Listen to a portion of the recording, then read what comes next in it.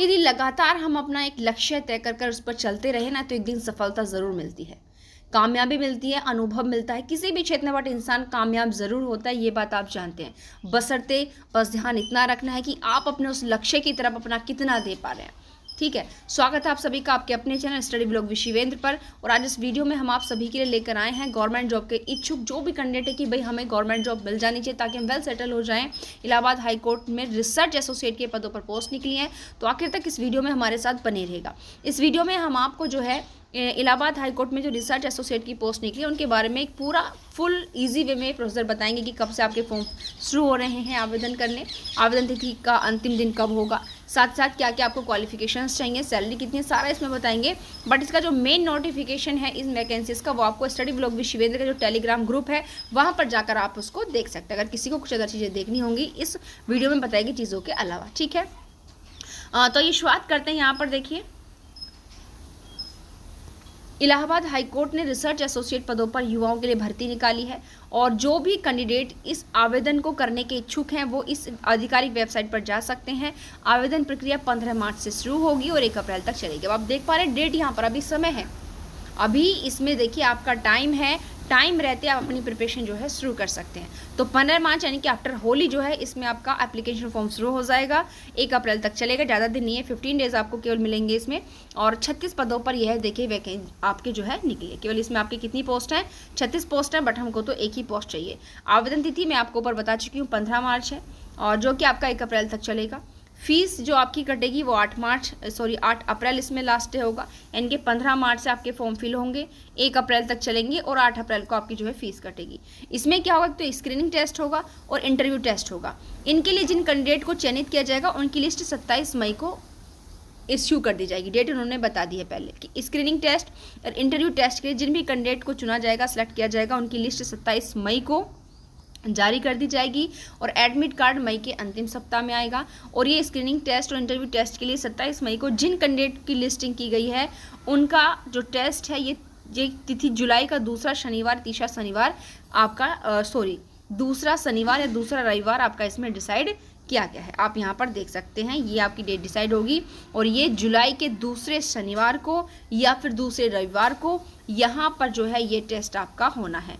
ठीक है, और साथ ही साथ रिजल्ट जो आपका इसका आएगा जुलाई के अंतिम सप्ताह में आपका रिजल्ट आ सकता है। इन्होंने यहाँ पर डेट आपकी डिक्लेयर कर दी है। ठीक, स्क्रीनिंग टेस्ट जो ये चीज़ें हम ऊपर देख चुके हैं। नेक्स्ट है इसकी शैक्षणिक योग्यता क्या होगी। देखिए, बार काउंसिल ऑफ इंडिया द्वारा मान्यता प्राप्त, ये चीज़ें ध्यान रखनी है।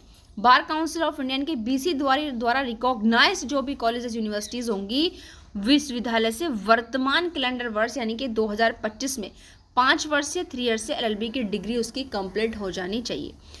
ऐसे लॉ ग्रेजुएट से आवेदन स्वीकार किए जाएंगे जिन्होंने न तो एडवोकेट के रूप में प्रैक्टिस की है और न ही किसी अन्य पेशे व्यवसाय सेवा में लगे हुए, यानी कि ये वाला आपके पास नहीं होना चाहिए। बट अभी केवल आपके पास लॉ की डिग्री होनी चाहिए। इसके अलावा आपको अधिवक्ता के रूप में ना तो आप प्रैक्टिस में हो और ना ही आप किसी भी अदर लीगल या किसी भी अदर पेशे में नहीं होने चाहिए। सीधा कह दिया, ऐसे लॉ ग्रेजुएट से आवेदन स्वीकार किए जाएंगे जिन्होंने न तो एडवोकेट के रूप में भी प्रैक्टिस की है और न ही किसी अन्य पेशे या व्यवसाय में लगे हुए हैं। ये वाली चीज़ आपको ध्यान रखनी है। नंबर 2, तीसरा कह रहा है कि देखिए वह कैंडिडेट भी जो LLB अंतिम वर्ष परीक्षा में उपस्थित हुए हैं और परिणाम की प्रतीक्षा कर रहे हैं वे भी आवेदन कर सकते हैं। यानी कि LLB या BLLB के फाइनल ईयर के स्टूडेंट, यानी कि फाइनल ईयर के फाइनल सेमेस्टर, देखो आपका अगर आपका 3 ईयर वाला है तो अगर 6 ईयर के एग्जाम दे चुके हैं, 6 सेमेस्टर के एग्जाम दे चुके हैं। अगर आपका 5 ईयर का है तो आप 10 सेमेस्टर के एग्जाम दे चुके हैं, केवल रिजल्ट का इंतजार आप कर रहे हैं, वो भी यहाँ पर भर सकते हैं। ठीक है, बट LLB आपकी कंप्लीट हो गई होनी चाहिए। ऐसा नहीं कि अभी केवल देखिए आप परिणाम का इंतजार कर रहे हैं, एग्जाम आपके कंप्लीट हो चुके होने चाहिए। केवल वे लॉ ग्रेजुएट जिन्होंने LLB परीक्षा में 55% या उससे अधिक अंक प्राप्त किए हैं वही इस पद पर फॉर्म फिल कर सकते। तो ये क्वालिफिकेशंस आपको बड़े ध्यान से सुननी है।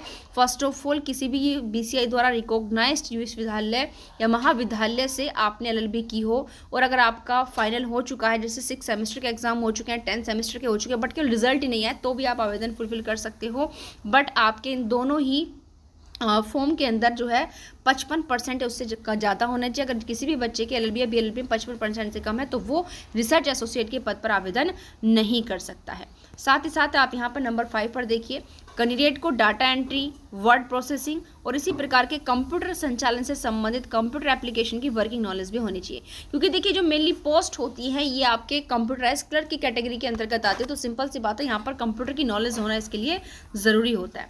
अब यहाँ पर देखते देखिए बच्चों की एज कितनी होनी चाहिए, स्टूडेंट की 21 साल हो जानी चाहिए और 26 साल से अधिक का नहीं होना चाहिए, यानी कि मिनिमम 21 ईयर्स और मैक्सिमम 26 साल, इतना ही इसमें इसके बीच ही ये इतनी जो है एज स्टूडेंट की होनी चाहिए। और यह भर्ती के नोटिस के कैलेंडर वर्ष की 1 जुलाई को आवेदन की आयु, यानी कि जिस दिन आप आवेदन करेंगे तब की यहाँ पर बात कर रहे हैं। आवेदन शुल्क देखिए 500 रुपये जमा किया जाएगा और रिसर्च एसोसिएट के पदों पर जो भर्ती हर महीने 25,000 रुपये होगी। ये पूरा नॉर्मली डाटा मैंने आप लोगों के सामने खोल दिया है, यानी कि 500 रुपये आपका आवेदन शुल्क जाएगा, 25,000 रुपये आपकी पर मंथ सैलरी रहेगी। और आप लोग जानते हैं कि चीज़ें जो है समय के साथ लगातार बढ़ती रहती हैं, तो ये पूरा प्रोसेस आप ध्यान से सुनिएगा और ये वाली नॉलेज आप लोगों के लिए होनी ज़रूरी है, ठीक है।